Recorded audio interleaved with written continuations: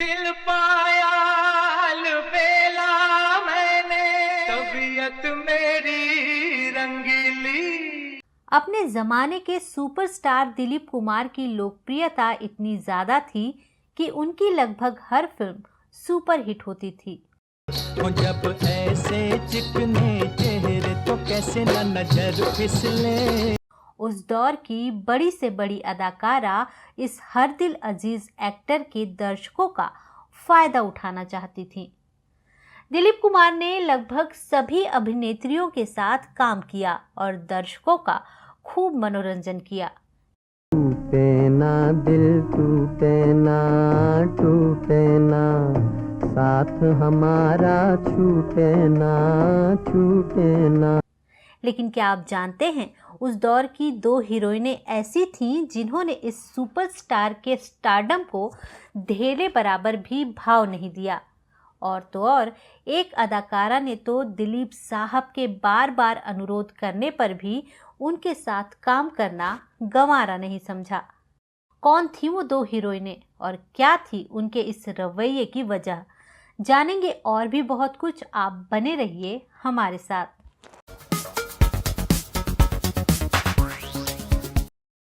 नमस्कार दोस्तों, मैं हूं नीलम शुक्ला देवांगन और आप देख रहे हैं ड्रामा सीरीज इंडियन। मेरा चांद मैं तेरी चांदनी। 40 के दशक की मशहूर अभिनेत्री सुरैया। नहीं दिल का लगाना कोई दिल लगी।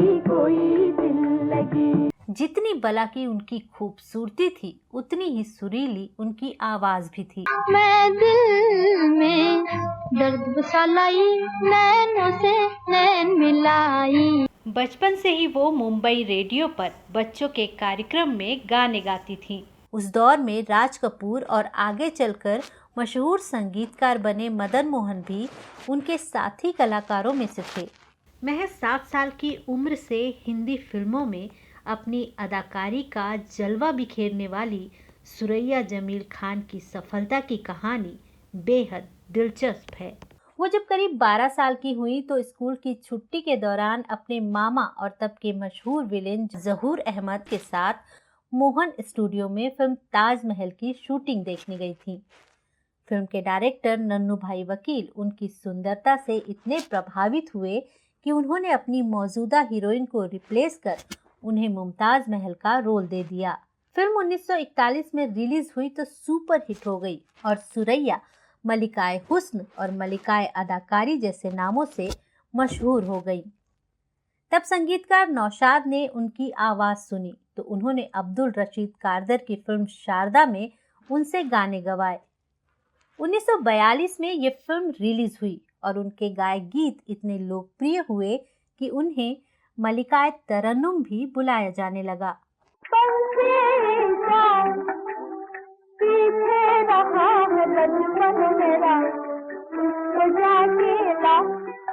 सुरैया को बॉम्बे टाकीज की मालकिन देविका रानी ने अपने यहाँ 500 रुपए प्रति माह की नौकरी पर रख लिया था, जो उन दिनों एक बड़ी रकम मानी जाती थी। सुरैया ने इस बैनर तले 1943 में रिलीज हुई फिल्म हमारी बात में शानदार अभिनय किया। हालांकि देविका रानी उनके अभिनय से बेहद प्रभावित थीं, लेकिन अशोक कुमार और शशधर मुखर्जी आदि से मिले धोखे के कारण उनकी कंपनी बॉम्बे टॉकीज की हालत बिगड़ने लगी थी।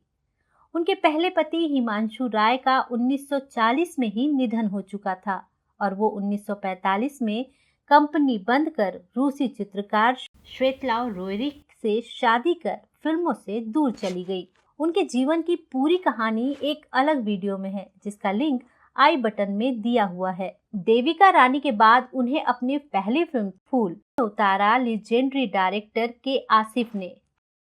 यह फिल्म भी सुपरहिट रही। इसके बाद आसिफ ने उन्हें एक और फिल्म जानवर के लिए दिलीप कुमार के साथ कास्ट किया था। इस फिल्म में इस खूबसूरत अदाकारा के साथ काम करने की इच्छा दिलीप कुमार ने रखी थी, क्योंकि वो सुरैया की सुंदरता से खासे प्रभावित थे। दिलीप कुमार ने फिल्म के डायरेक्टर के आसिफ के साथ मिलकर सुरैया के साथ शारीरिक छेड़छाड़ करने की योजना भी बनाई थी। लेकिन वो नाकाम हो गई। इसकी भी पूरी जानकारी हमने अपने पिछले वीडियो में दी है, जिसका लिंक आई बटन में है। बाद में सुरैया का दिल तब के सदाबहार एक्टर देवानंद से जुड़ गया। बीबीसी की रिपोर्ट के मुताबिक देवानंद की सुरैया से पहली मुलाकात 1948 में रिलीज हुई फिल्म विद्या के सेट पर हुई थी। किनारे किनारे चले जाएंगे, जीवन की नैया को खेते हुए। देवानंद अपनी आत्मकथा रोमांसिक विद लाइफ में लिखते हैं कि विद्या के सेट पर गाना चला, कैमरा रोल हुआ, सुरैया ने मुझसे गले लगाया, मैंने उनकी सांसों की गर्माहट महसूस की, मैंने उनके हाथों को चूमा और फिर उनकी तरफ एक फ्लाइंग किस उछाला। सुरैया ने उनके हाथ के पीछे का हिस्सा चूमकर उसका जवाब दिया। निर्देशक ने चिल्लाकर कहा, ग्रेट शॉट, और फिर शुरू हुआ दोनों के बीच के प्यार का सिलसिला। सपनों में नाचती है हंस हंस के जिंदगानी। फिल्म विद्या की शूटिंग के दौरान एक हादसा हुआ जिसने देवानंद और सुरैया को करीब ला दिया। दरअसल हुआ यूं कि फिल्म विद्या का एक गाना बोट पर फिल्माया जा रहा था। शूटिंग के दौरान नाव पलट गई। देवानंद ने अपनी जान की बाजी लगाकर सुरैया को डूबने से बचा लिया। देवानंद ने एक असली हीरो की तरह सुरैया की जान बचाई थी और अब सुरैया उन पर जान देने लगी थी। हादसे के बाद सुरैया ने कहा था कि देव सिर्फ पर्दे के ही हीरो नहीं, असल जिंदगी में भी दिलेर हैं।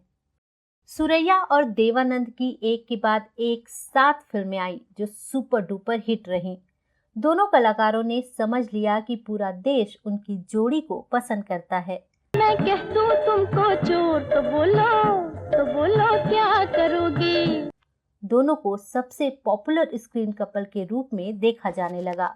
तो असल जिंदगी में भी दोनों के बीच मोहब्बत का आलम कुछ ऐसा ही था। बाजे बाजे रे पायल, बाजे रे पायल, बाजे बाजे रे पायल। दोनों ने शादी करने की ठान ली। सुरैया की नानी और उनके मामा जहूर अहमद इस रिश्ते के सख्त खिलाफ थे क्योंकि मामला दूसरे धर्म का था।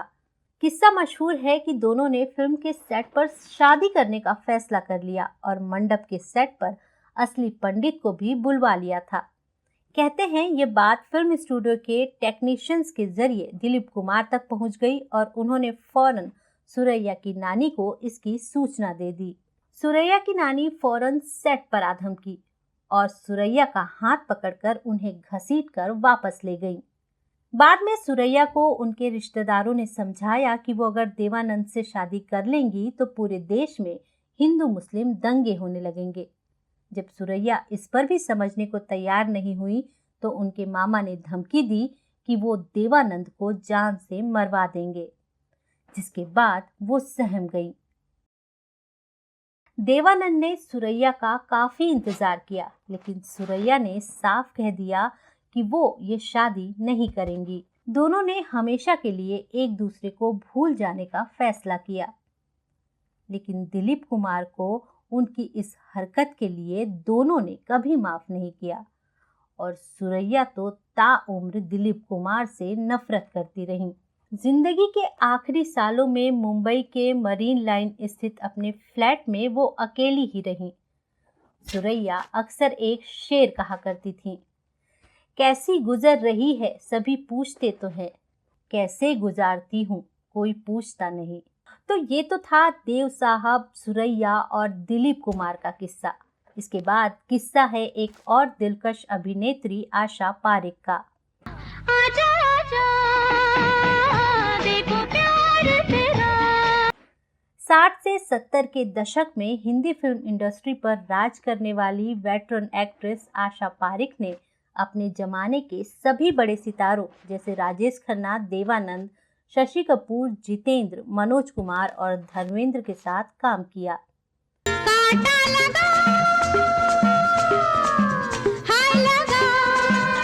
लेकिन वो दिलीप कुमार के साथ कभी नजर नहीं आई, वो भी उस दौरान जब ट्रेजेडी किंग दिलीप कुमार के साथ हर एक्ट्रेस काम करना चाहती थी क्योंकि वो बॉलीवुड के सबसे बड़े सितारे थे। लेकिन आशा पारेख के साथ ऐसा नहीं था। अब सोचने वाली बात यह है कि आशा पारिक ने दिलीप कुमार के साथ काम क्यों नहीं किया। इस बात का खुलासा उन्होंने खुद किया था। एक अवार्ड फंक्शन के दौरान उन्होंने कहा था कि मैं जिसे पसंद नहीं करती उसके साथ काम भी नहीं करती। आशा पारिक के इस बयान से फिल्म इंडस्ट्री चौंक गई थी, क्योंकि उन्होंने साफ कह दिया था कि वो दिलीप कुमार साहब को पसंद नहीं करती थी, इसलिए उनके साथ कभी किसी फिल्म में काम नहीं किया। हालांकि बाद में उन्होंने एक पब्लिक स्टेटमेंट में कहा था कि वो दिलीप कुमार के साथ काम करने को बेकरार हैं, लेकिन लगता है अब शायद उन्हें ये मौका कभी नहीं मिल पाएगा। दिलीप कुमार जब बीमार होकर अस्पताल में भर्ती हुए तो आशा पारिक ने वहां जाकर उनका हालचाल भी पूछा और उनके ठीक होने की कामना भी की। हालांकि ये दुआएं ज्यादा दिन तक दिलीप साहब का साथ न दे पाईं और 7 जुलाई 2021 को उनका निधन हो गया। तो दोस्तों, आपको हमारा वीडियो कैसा लगा हमें कमेंट्स करके जरूर बताइए। तो अब अपनी दोस्त और होस्ट नीलम शुक्ला देवांगन को दीजिए इजाजत। नमस्कार।